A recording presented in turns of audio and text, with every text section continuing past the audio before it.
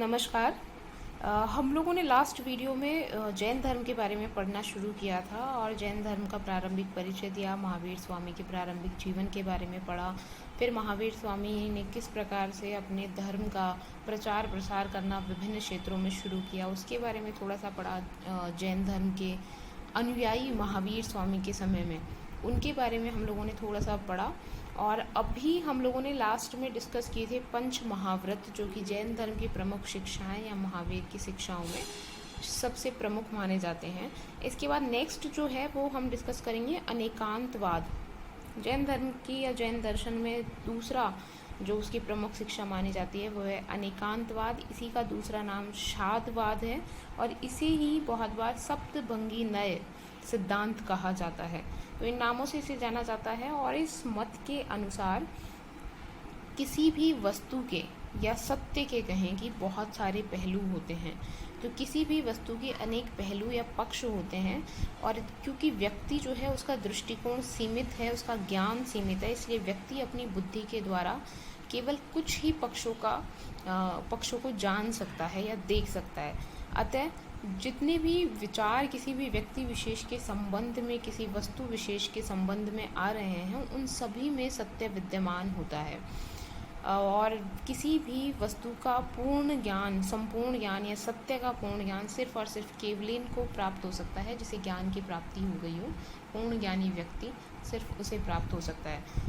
इसीलिए कहा जाता है कि प्रत्येक निर्णय के पूर्व शायद लगाना, शायद का मतलब है शायद, तो शायद लगाना ज़रूरी है, क्योंकि पूरी तरीके से सत्य नहीं है जो आप सोच रहे हैं, वो सिर्फ सत्य का एक पक्ष है। इसीलिए इसमें 7 सिद्धांत बताए गए हैं जिनमें कहा जाता है कि शायद अस्ति यानी शायद यह वस्तु है, शायद यह सत्य है। फिर शायद नास्ति यानी शायद यह नहीं है। इसी तरीके से 5 और हैं जिसमें आगे आएगा कि शायद यह है और नहीं है। फिर आएगा शायद है और अव्यक्त है, शायद नहीं है और अव्यक्त है। इस तरीके से 7 प्रकार से सत्य जो हैं उनके बारे में जैन धर्म में कहा गया है। इसी को अनेकांतवादी सिद्धांत माना जाता है। जैन धर्म जो है वो अनेकात्मवादी है। उनके मतानुसार आत्माएं जो हैं वो अनेक होती हैं। प्रत्येक वस्तु, प्रत्येक व्यक्ति में अलग अलग आत्मा पाई जाती है। और आत्मा का जो विशेष गुण है या जीव का विशेष गुण जो है वो चैतन्य है, यानी उसमें चेतना पाई जाती है, वो चेतन होता है।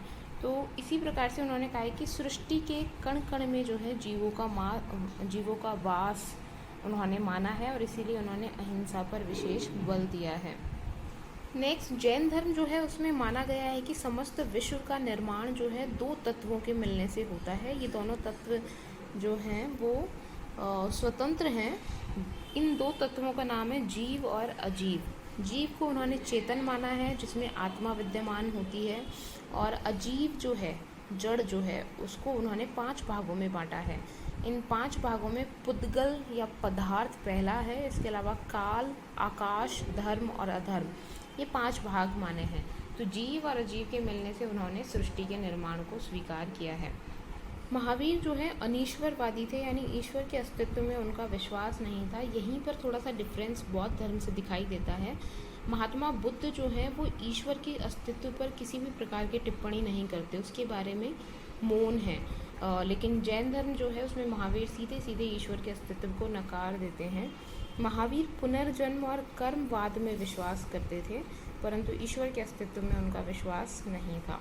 जैन धर्म में कर्मवाद पर बहुत जोर दिया गया है और जैन धर्म में ये माना जाता है कि कर्म ही वो कारण है जिसकी वजह से व्यक्ति का पुनर्जन्म होता है, व्यक्ति बार बार इस संसार में आता है। तो कर्म जो है वो बंधन का कारण है, व्यक्ति के इस संसार से बंधे रहने या जीवन मृत्यु के चक्र से बंधे रहने का कारण कर्म है। इन्होंने कई सारे कहेंगे कि सिद्धांत दिए हैं, जिसमें पहला है कि अज्ञान के कारण व्यक्ति जो है बंधन में बंधा है, और इस कारण कर्म जब जीव की ओर आकर्षित होने लगता है तो ऐसी स्थिति को जो है आश्रव कहा जाता है। और जब यही कर्म जीव के साथ मिल जाता है, संयुक्त हो जाता है, तो उसे बंधन कहा जाता है। कर्म का जीव की ओर प्रवाह आश्रव कहलाता है और इसी कर्म का जीव के साथ संयुक्त हो जाना बंधन कहलाता है। जब मनुष्य इन बंधन से मुक्ति प्राप्त करने का सोचता है और त्रिरत्नों का पालन करना शुरू करता है तो ये जो कर्म का प्रवाह है जीव की ओर वो रुक जाता है। अब कर्म का प्रवाह तो रुक गया, यानी नए कर्म जो है वो जीव के साथ नहीं जुड़ेंगे, लेकिन पहले से जो संचित कर्म है तो पूर्व संचित कर्मों का नाश करने की जो प्रक्रिया है उसे निर्जरा कहा जाता है।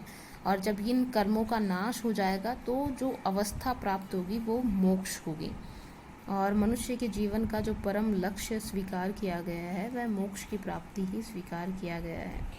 इस मोक्ष प्राप्ति के लिए जैन धर्म में 3 साधन बताए गए हैं जिन्हें त्रिरत्नों का नाम दिया गया है। और ये त्रिरत्न जैसा कि लिखा गया है, सम्यक दर्शन पहला, दूसरा सम्यक ज्ञान और तीसरा सम्यक चरित्र। इसे भी थोड़ा सा ब्रीफ में समझ लेते हैं कि ये होते क्या हैं। तो सबसे पहले सम्यक दर्शन। सम्यक दर्शन का तात्पर्य है कि जैन तीर्थंकर और उनके जो उपदेश हैं उनमें जैन धर्म के अनुयायियों को दृढ़ विश्वास होना चाहिए। यही सम्यक दर्शन या फिर श्रद्धा, सम्यक श्रद्धा कही जाती है।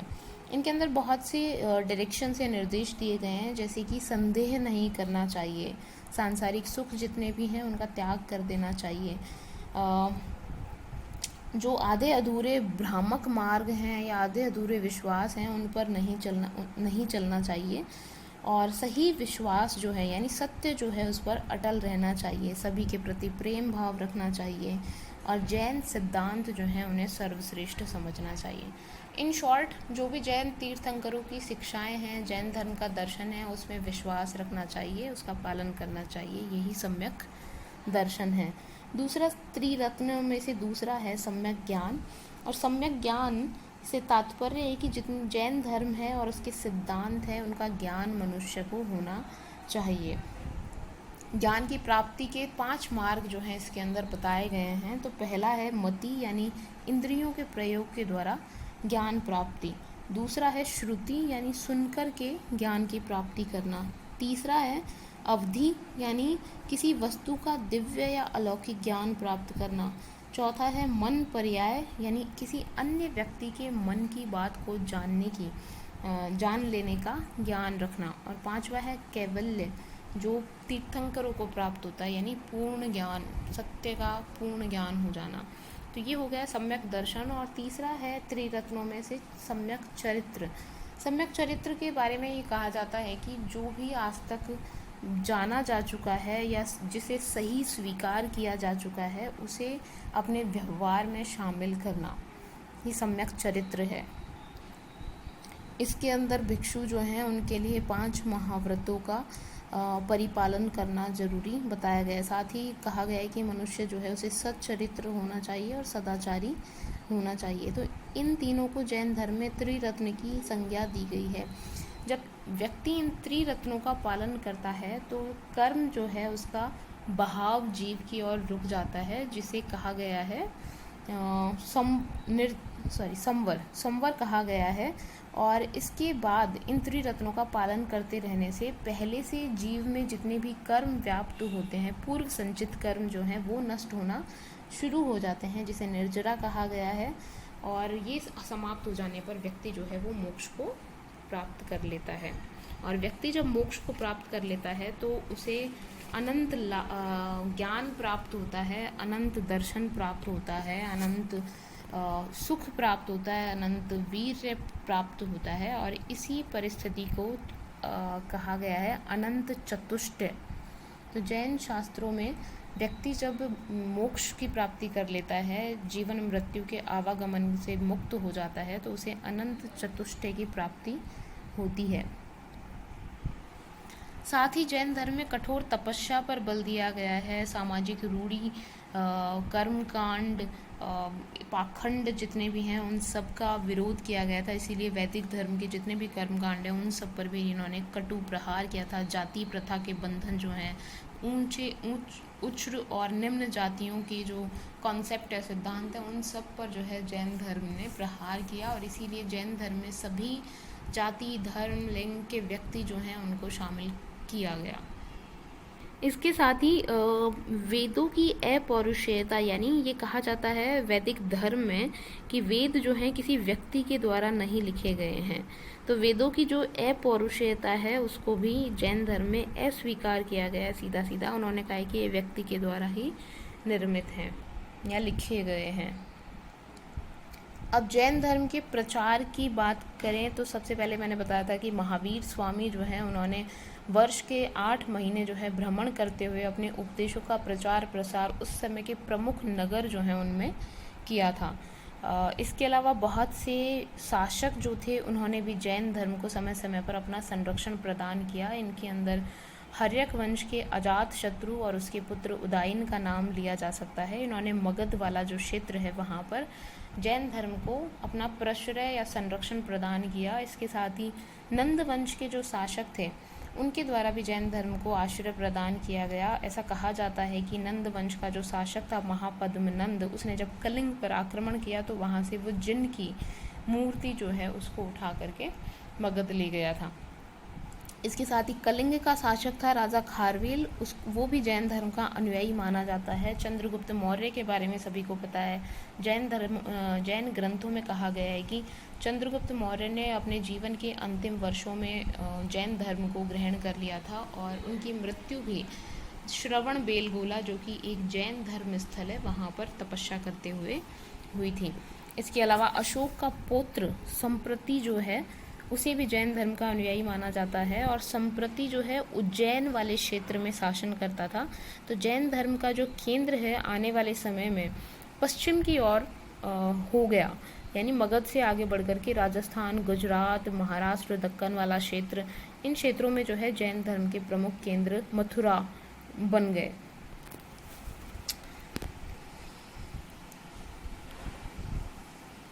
इसके अलावा दक्षिण में या दक्कन में जो राष्ट्रकूट शासक थे, अमोघ वर्ष स्पेशली, ये सब लोग भी जैन धर्म को संरक्षण प्रदान करने वाले थे।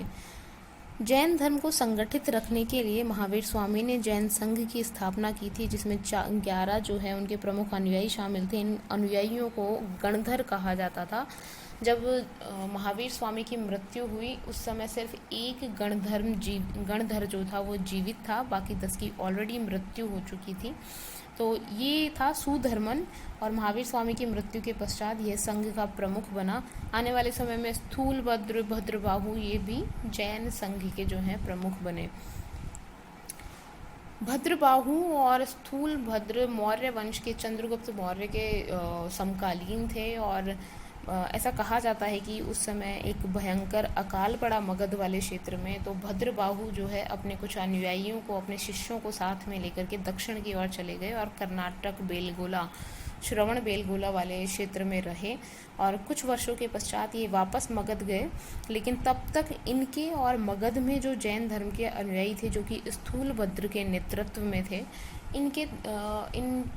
इनमें आपस में कुछ विषयों पर जो है कहेंगे कि कॉन्ट्राडिक्शन था, विरोधाभास था, यानी एक दूसरे से विभिन्न मत रखते थे और इसी वजह से आगे चलकर जैन धर्म का विभाजन हुआ दिगंबर और श्वेतांबर संप्रदाय में लगभग 300 ईसा पूर्व के लगभग। दिगंबर जो है उनको भद्रबाहु का संरक्षण प्राप्त था और स्थूलभद्र जो है वो श्वेतांबर इनका मत का नेतृत्व करते थे।